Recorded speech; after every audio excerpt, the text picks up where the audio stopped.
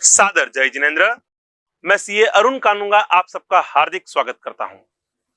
दोस्तों, finance act 2023 में section 43B income tax act में एक अमेंडमेंट ऐड किया गया, जिसके अंतर्गत आप अपने सप्लायर जो कि माइक्रो और स्मॉल एंटरप्राइज है, उन एक्सपेंडिचर का डिडक्शन आपको तभी मिलेगा जब आप उनको ड्यू डेट में पेमेंट करेंगे। तो आइए करते हैं इस पर विस्तार से चर्चा। एप्लीकेबिलिटी, ये प्रोविजन सभी एसएससी पे लागू होती है, फिर वो इंडिविजुअल हो, एचयूएफ हो, पार्टनरशिप फर्म या कंपनी हो। जिन लोगों को बिजनेस और प्रोफेशन के अंतर्गत अपना रिटर्न फाइल करना है, उन सभी एसएससी पे ये प्रोविजन लागू होगी, चाहे भले ही वो एमएसएमई में रजिस्टर्ड हो या ना हो। यह प्रोविजन 1/4/2023 यानी असेसमेंट ईयर 2024-25 से लागू है। यह प्रोविजन हमारे उन सप्लायर पे लागू होती है जो माइक्रो और स्मॉल एंटरप्राइज है। माइक्रो और स्मॉल एंटरप्राइज डिफाइन किया गया है एमएसएमई एक्ट में। एमएसएमई का फुल फॉर्म होता है माइक्रो, स्मॉल और मीडियम एंटरप्राइज, जिसके अंतर्गत माइक्रो एंटरप्राइज वो एंटरप्राइज होते हैं जिनका टर्नओवर 5 करोड़ के नीचे और प्लांट एंड मशीनरी में इन्वेस्टमेंट 1 करोड़ के नीचे होता है। स्मॉल वो एंटरप्राइज होते हैं जिनका टर्नओवर 50 करोड़ के नीचे और प्लांट एंड मशीनरी में इन्वेस्टमेंट 10 करोड़ के नीचे हो। और मीडियम वो एंटरप्राइज होते हैं जिनका टर्नओवर 100 करोड़ से नीचे और प्लांट एंड मशीनरी में इन्वेस्टमेंट 20 करोड़ के नीचे हो। सेक्शन 43B में माइक्रो और स्मॉल एंटरप्राइज को कवर किया गया है, यानी आपको अपने जितने भी माइक्रो और स्मॉल एंटरप्राइज आपके सप्लायर्स हैं, उनका पेमेंट ड्यू डेट में करना है। ड्यू डेट कैसे कैलकुलेट की जाए? ड्यू डेट कैलकुलेट करने के लिए क्रेडिट पीरियड हमें ऐड अप करना है आपके इनवॉइस डेट में। क्रेडिट पीरियड के लिए उन्होंने बहुत ही सिंपल बात की है कि अगर आपका एग्रीमेंट हुआ है आपके सप्लायर के साथ या इनवॉइस में क्रेडिट पीरियड ऐड किया गया है, मेंशन किया गया है, तो वो क्रेडिट पीरियड आपको आपकी इनवॉइस डेट में ऐड कर ड्यू डेट गिनी जाएगी। अगर क्रेडिट पीरियड 45 दिन से कम का है तो जो क्रेडिट पीरियड आपका मेंशन है एग्रीमेंट या इनवॉइस में, वो ऐड करना है।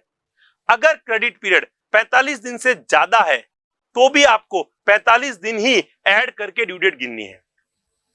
अगर आपके और आपके सप्लायर के बीच में कोई एग्रीमेंट नहीं हुआ है और इनवॉइस पर भी कोई क्रेडिट ड्यूरेशन नहीं लिखा गया है, उस केस में आपके इनवॉइस में 15 दिन ऐड करके आपकी ड्यू डेट गिनी जाएगी। अब यहां पे हर कोई बात कर रहा है 45 दिन की, लेकिन 15 दिन का क्राइटेरिया भी कवर होता है।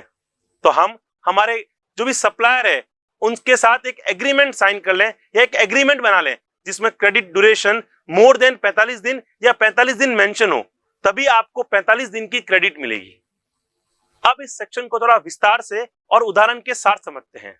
यानी समझिए आपने किसी वर्ष आपने कोई परचेजिंग की और उसका पेमेंट ड्यू डेट के बाद किया, लेकिन अगर पेमेंट सेम ईयर में किया गया है तो भी वो एक्सपेंडिचर आपको इनकम टैक्स में डिडक्शन के रूप में मिलेगा। मतलब समझिए आपने अप्रैल या मई या जून में कोई परचेजिंग किया है, उनका पेमेंट मोर देन 45 डेज के बाद किया है, but still in the same financial year है, तो भी वो खर्चा बाद मिलेगा। यहां पे ध्यान ये रखना है कि अगर आपने लेट पेमेंट में कोई इंटरेस्ट पे किया है तो वो डिडक्शन नहीं मिलेगा। ये सेक्शन अट्रैक्ट करेगी उन क्रेडिटर्स के लिए जो आपने परचेज किए हो इस फाइनेंशियल ईयर में और पेमेंट नेक्स्ट फाइनेंशियल ईयर में कर रहे हैं। अब दोस्तों, अगर नेक्स्ट फाइनेंशियल ईयर में भी पेमेंट ड्यू डेट के अंतर्गत हो रहा है तो वो खर्चा आपको डिडक्शन मिलेगा। लाइक समझिए आपने 1 मार्च को कोई परचेज किया, ड्यूरेशन 45 डेज का था और उसका पेमेंट आप 10 अप्रैल को करते हैं जो कि within the due date है। हालांकि फाइनेंशियल ईयर चेंज हो रहा है तो भी वो एक्सपेंडिचर आपको डिडक्शन के लिए अवेलेबल है। लेकिन अगर कोई परचेजिंग आपने जनवरी में किया और उसका पेमेंट आप अप्रैल में कर रहे हो तो 45 डेज से एक्सटेंड हो गया है। आपका क्रेडिट पीरियड अगर ज्यादा भी होगा तो भी हमें 45 डेज ही ऐड करने हैं। अब अगर उसका पेमेंट आप अप्रैल में करोगे तो वो एक्सपेंडिचर आपको नेक्स्ट ईयर डिडक्शन मिलेगा, यानी इस साल वो एक्सपेंडिचर आपको डिडक्शन के लिए अवेलेबल नहीं है, उस कारण आपकी इनकम बढ़ जाएगी। दोस्तों, अब जो सबसे बड़ा पॉइंट आ रहा है कि हमारा सप्लायर वो माइक्रो या स्मॉल एंटरप्राइज है या नहीं, हमें यह बात कैसे मालूम पड़े? पहला तरीका यह है कि हम उनसे उनका उद्यम रजिस्ट्रेशन ले लें। अगर उन्होंने उद्यम रजिस्ट्रेशन करवाया है तो सर्टिफिकेट के अंतर्गत ये मेंशन होता है कि वो माइक्रो या स्मॉल किस कैटेगरी में कवर होते हैं। अगर उन्होंने उद्यम रजिस्ट्रेशन नहीं करवाया है तो भी क्या हमें उन्हें माइक्रो या स्मॉल मानना है? ये थोड़ा कंट्रोवर्शियल इशू है।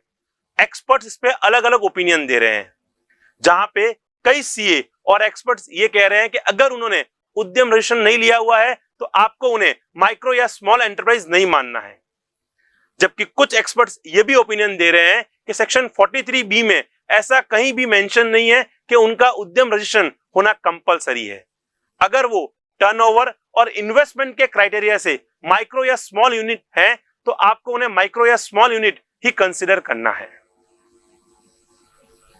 माइक्रो और स्मॉल एंटरप्राइज जो है वो मैन्युफैक्चरिंग यूनिट होने चाहिए, यानी अगर ट्रेडर हैं तो उन्हें माइक्रो और स्मॉल एंटरप्राइज नहीं कैलकुलेट किया गया है एमएसएमई एक्ट में। मैन्युफैक्चरिंग के लिए इनपुट और आउटपुट दोनों अलग अलग होने चाहिए, मतलब आपने कोई ना कोई वैल्यू एडिशन एक्टिविटी प्रोवाइड की होनी चाहिए। अब टेक्सटाइल सेक्टर में कुछ एक्सपर्ट ये भी बता रहे हैं कि अगर आपने कोई भी तरह का प्लांट एंड मशीनरी में इन्वेस्टमेंट नहीं किया है, सिर्फ जॉब वर्कर के थ्रू आप वैल्यू एडिशन कर रहे हैं, तो फिर आप मैन्युफैक्चरर नहीं हैं। और जहां पे एक ओपिनियन ये भी आता है कि अगर आप कोई वैल्यू एडिशन कर रहे हैं, मतलब आपका इनपुट और आउटपुट दोनों अलग अलग हैं, यानी आप कोई चीज लेके उसमें कुछ एडिशन करके आप आउटपुट दे रहे हैं, भले ही आपके पास कोई प्लांट एंड मशीनरी नहीं हो, but still you are manufacturer, आप मैन्युफैक्चरिंग में आएंगे। दोस्तों कई बार ऐसा होता है कि हमारे कोई इनवॉइस डिस्प्यूट केस में होते हैं, उस केस में आपको 15 दिन में डिस्प्यूट को रिकॉर्ड करना है और जब वो डिस्प्यूट सॉल्व हो जाए तब 45 दिन या जो भी आपका क्रेडिट पीरियड है वो प्रोविजन लागू होगी। आई होप हमने काफी सारी प्रोविजन क्लियर की होगी। अगर अभी भी इसके रिगार्डिंग कोई भी डाउट हो तो स्क्रीन पे जो आपको मोबाइल नंबर दिख रहे हैं आप उस पे व्हाट्सएप या कॉल करके अपने डाउट सॉल्व कर सकते हैं। ऐसे और वीडियो देखने के लिए हमारे चैनल को जरूर सब्सक्राइब करें और अपने टेक्सटाइल मित्रों के साथ इस वीडियो को ज्यादा से ज्यादा शेयर करें। थैंक यू, धन्यवाद।